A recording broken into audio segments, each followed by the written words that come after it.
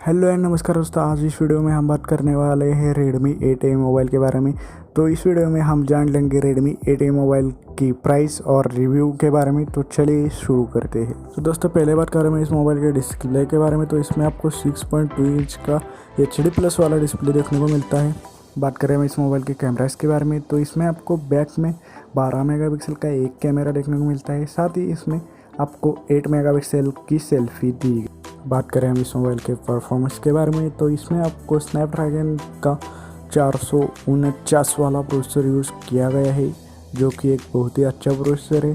साथ ही इसका base variant जो है वो 2GB 32GB का। बात करें हम इस मोबाइल के बैटरी के बारे में, तो इसमें आपको 5000 mAh की बैटरी देखने को मिलती है। साथ ही इसमें आपको 10 वाट का फास्ट चार्जर सपोर्ट भी दिया।